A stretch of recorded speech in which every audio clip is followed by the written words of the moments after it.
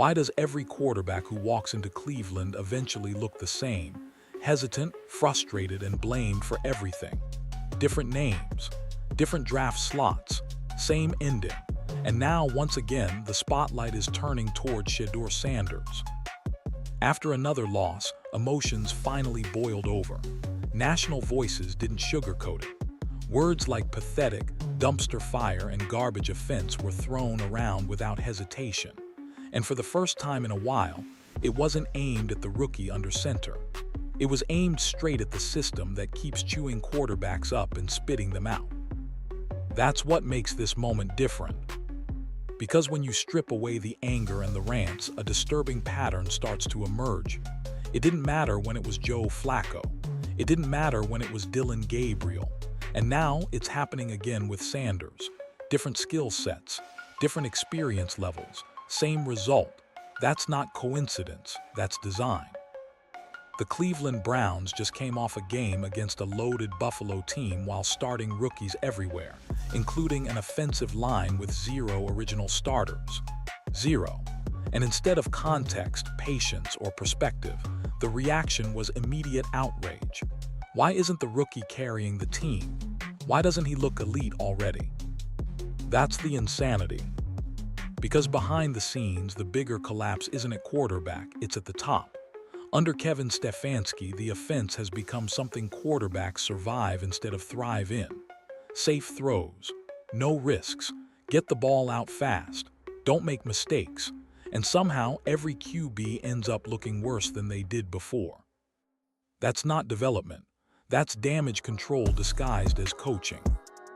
So before Cleveland fans rush to label Shedeur Sanders as not the guy, there's a more uncomfortable question that has to be asked, one the Browns have avoided for decades. What if the problem has never been the quarterback? What if the system itself is the reason no one ever succeeds? Because if that's true, then it doesn't matter who Cleveland drafts next. History isn't just repeating itself, it's being engineered. It started as frustration, but it quickly turned into something deeper. Not a hot take, not manufactured outrage.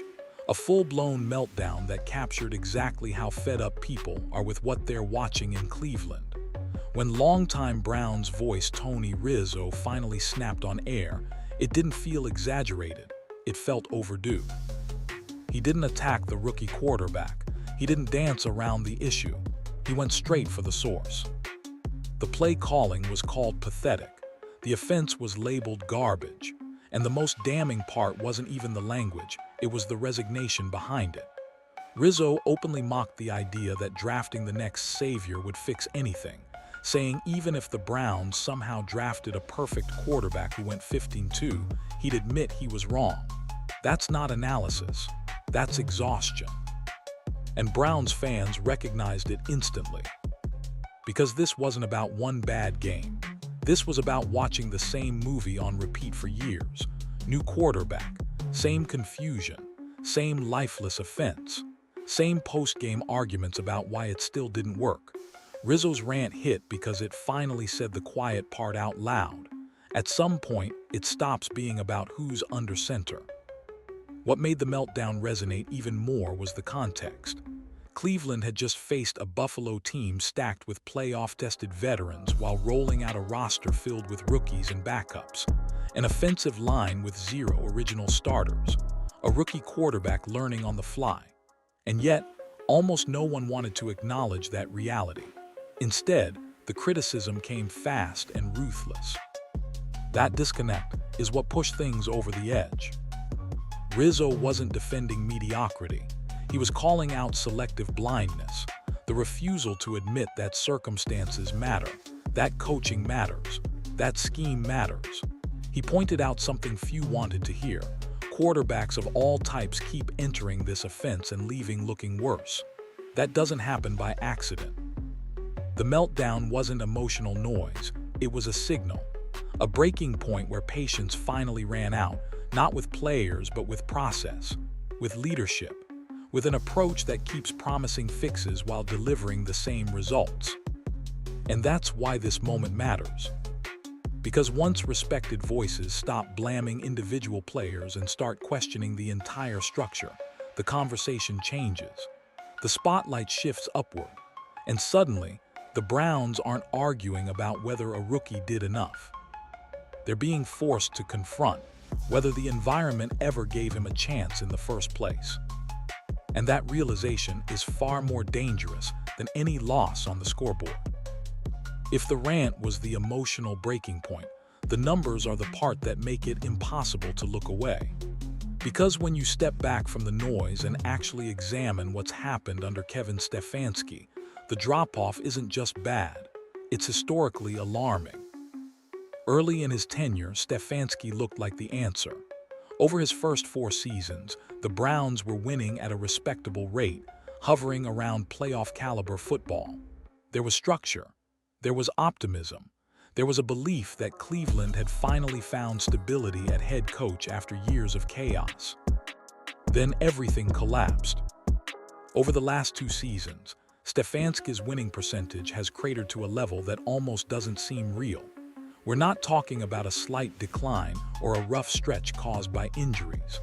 We're talking about a fall so steep that no head coach in modern NFL history has experienced anything comparable. From solidly competitive to near the bottom of the league. That kind of drop doesn't happen randomly. Coaches deal with injuries every year. Roster turnover is part of the league. Quarterbacks change. But when the results fall off a cliff this dramatically, it points to something deeper than bad luck. It suggests stagnation, predictability, an inability to adapt when the league adjusts back. And that's exactly what critics are pointing to now. The offense, once praised for being smart and efficient, has become rigid and lifeless. Play designs feel outdated. Situational decision-making has been questioned repeatedly. And most concerning of all, quarterbacks keep entering the system and regressing instead of improving. That's the common thread. It didn't matter if it was a Super Bowl winning veteran. It didn't matter if it was a young prospect still learning the league. The output looked the same: hesitation, checkdowns, and an offense terrified of making mistakes. That's not player-specific failure, that's philosophical collapse. For the Cleveland Browns, this is where the numbers stop being abstract and start becoming an indictment. When your head coach's early success completely evaporates, and every quarterback under his watch struggles in the same ways, it forces an uncomfortable question. Did the league figure him out? Because great coaches evolve. They change tendencies. They build around what players do well. What we're seeing instead is repetition. The same concepts, the same conservative approach, the same results. And when defenses know exactly what's coming, no quarterback, rookie or veteran, is going to look good. This is why blaming the current quarterback misses the point entirely. The collapse didn't start with Shedeur Sanders. It was already in motion long before he took a snap. He didn't cause the numbers to fall off a cliff. He just happened to arrive when they were already at the bottom. And once you see that, the narrative changes. This stops being about whether a rookie can save the franchise. It becomes about whether the franchise is capable of saving itself. This is where the conversation gets uncomfortable, because once you see the pattern, it's impossible to unsee it.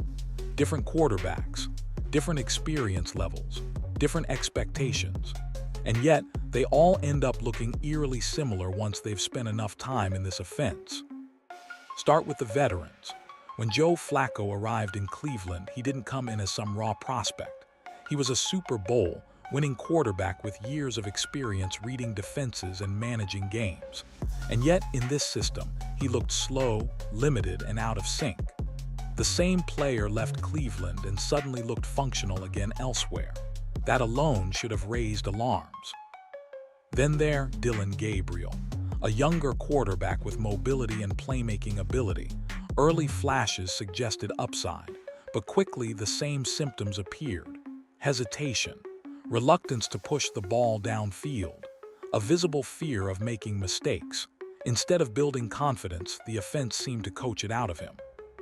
Now enter Shedeur Sanders. In just a handful of starts, the same traits are starting to surface. Short throws, rapid checkdowns, minimal risk. A quarterback clearly instructed to get the ball out as fast as possible, even if it means sacrificing rhythm, creativity, or natural instincts. And when the results aren't explosive, the blame immediately shifts to the player. That's the pattern. This isn't about talent suddenly disappearing. Quarterbacks don't all coincidentally forget how to play football the moment they arrive in Cleveland. What they're responding to is an environment that prioritizes not losing over trying to win. The coaching emphasis is clear. Avoid turnovers at all costs, minimize risk, and live with conservative outcomes. The problem is that this philosophy doesn't develop quarterbacks, it suppresses them.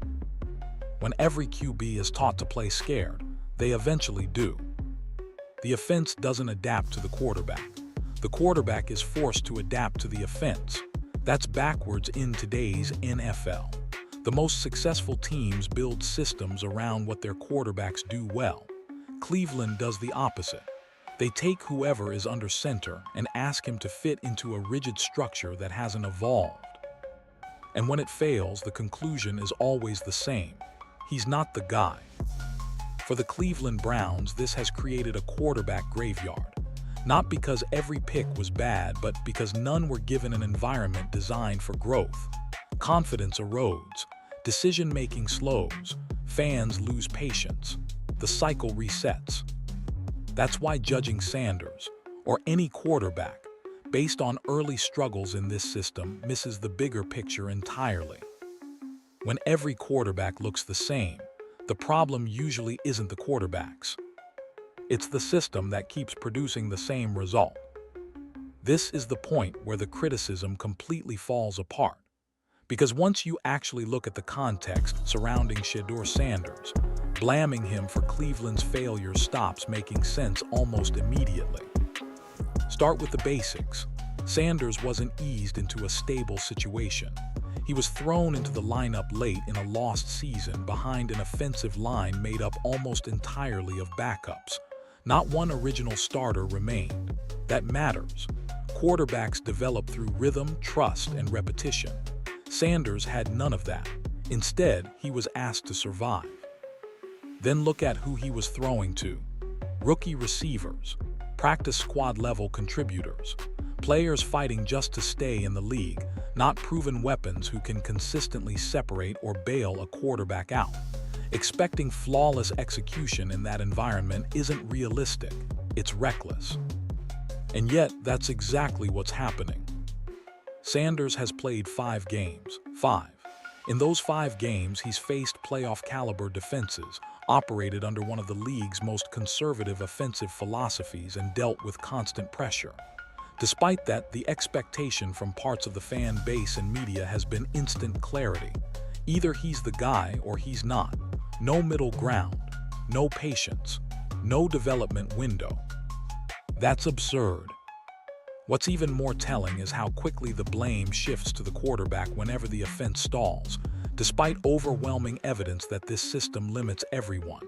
Veterans regress, young players freeze, creativity disappears, and yet somehow the rookie is expected to rise above it all and look elite immediately. That's not evaluation, that's scapegoating. The Cleveland Browns have cycled through roughly 50 quarterbacks since 1999. 50. Different coaches, different coordinators, different eras, same outcome. At some point, the odds alone tell you something else is wrong. When failure follows every quarterback, blaming the quarterback becomes the laziest explanation. Sanders hasn't been perfect. No one is claiming he has, but he's shown composure, toughness, and flashes of playmaking in situations that bury most rookies. He's taking hits. He's managing chaos. He's learning on the fly without the infrastructure young quarterbacks usually need to succeed. Writing him off now isn't just unfair, it's familiar. It's the same mistake Cleveland has made over and over again. Panic early, ignore context, start over, and then wonder why nothing changes. If Sanders fails, it won't be because he wasn't talented enough. It'll be because he was never given a real chance to develop in the first place. And until Cleveland learns that difference, the quarterback carousel won't stop, no matter who's next under center. This is where the Browns' failures become impossible to excuse, because the blueprint for doing this the right way has been sitting in plain sight for years, and it's wearing Buffalo blue. When Josh Allen first entered the league, he was nowhere near the finished product fans see today. He was raw, inaccurate, reckless at times. Analysts openly questioned whether he could ever be a reliable NFL quarterback.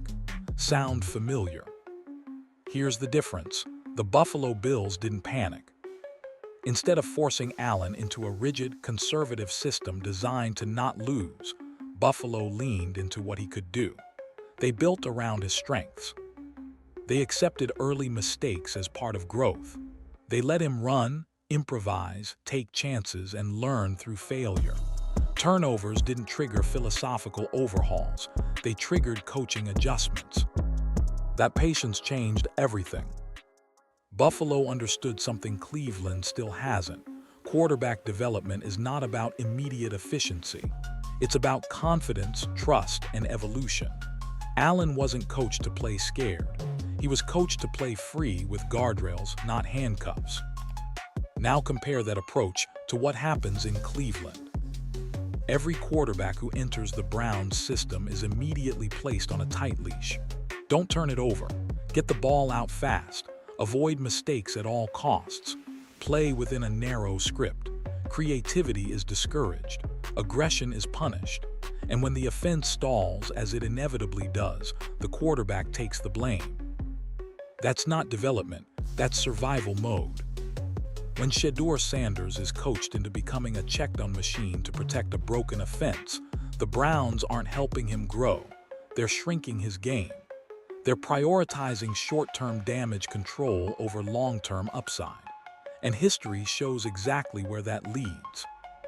Buffalo asked, "How do we make Josh Allen better?" Cleveland keeps asking, "How do we avoid embarrassment this week?" That mindset difference is everything. The Bills accepted growing pains because they believed in a process. Cleveland reacts to every struggle as proof that the quarterback isn't good enough. One organization absorbs mistakes, the other amplifies them. One builds confidence, the other erodes it. And that's why the Josh Allen comparison matters so much. It proves that raw quarterbacks don't fail because they're raw. They fail when teams refuse to let them be raw long enough to grow.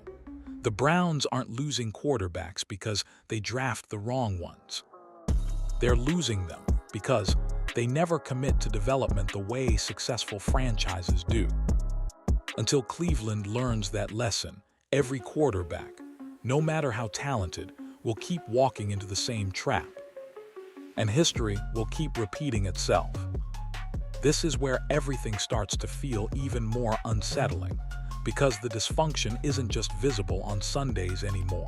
It's leaking into public view. And when information like this starts coming out, it usually means uncertainty already exists behind closed doors. According to reports shared by Ian Rappaport, the Cleveland Browns still haven't made a firm decision on the future of Kevin Stefanski. Let that sink in. The season is essentially lost. The record is what it is. And yet, there's still no clear direction. That's not patience, that's paralysis. In well-run organizations, clarity comes early. Even if decisions aren't announced publicly, there's an internal understanding of where things are headed. Coaches know where they stand. Players know what system they're preparing for. Front offices know what kind of roster they're building. Cleveland doesn't appear to have that right now. What makes this worse is who's reportedly still holding the keys. Rappaport also mentioned that Andrew Berry will play a major role in determining Stefanski's fate and the franchise's direction moving forward. That's controversial for one simple reason. Berry's track record is deeply tied to the current mess. Receiver misses, offensive line deterioration, constant quarterback turnover. The very problems being debated are ones he helped create. So now the question becomes uncomfortable. How does an organization fix itself when the same leadership group responsible for the collapse is also responsible for choosing the solution? This is where confidence erodes, not just among fans, but among players. Quarterbacks especially feel this. Development requires belief that the infrastructure will stay intact long enough to matter. When coaching staffs might change, philosophies might flip, and leadership might reshuffle, young quarterbacks are left guessing what they're actually being developed for. For Shedeur Sanders, this matters immensely. Is he learning a system that will exist next year? Is he being coached by people who will be around to see his growth through? Or is he simply trying to survive until the next reset? The leaks don't provide answers, but they do confirm instability. And instability is poison for quarterback development. This is why Cleveland's issues go far beyond play calling or draft position. Leadership uncertainty trickles down into every decision. Coaches play it safe. Schemes become conservative. Risk is avoided. Everyone starts protecting themselves instead of building something cohesive. That's what the leaks really reveal. Not just that changes might be coming, but that no one seems fully in control of what comes next. And until the Browns establish clear leadership and direction, no quarterback, rookie or veteran, will truly have a chance to succeed. Because talent can survive chaos briefly, but it can't grow in it. When you zoom out and look at everything together, the conclusion becomes uncomfortable, but unavoidable. This isn't a story about one bad season. It's not even about one failed quarterback. It's about a franchise that keeps repeating the same cycle and expecting a different result. The Cleveland Browns don't lack talent. They don't lack draft capital, and they certainly don't lack opportunities to reset. What they lack is the one thing that actually determines whether a quarterback succeeds: a stable, functional environment built with intention. That's why this moment matters so much for Shedeur Sanders. Nobody serious is claiming Sanders is a finished product. He is, but that was never the standard.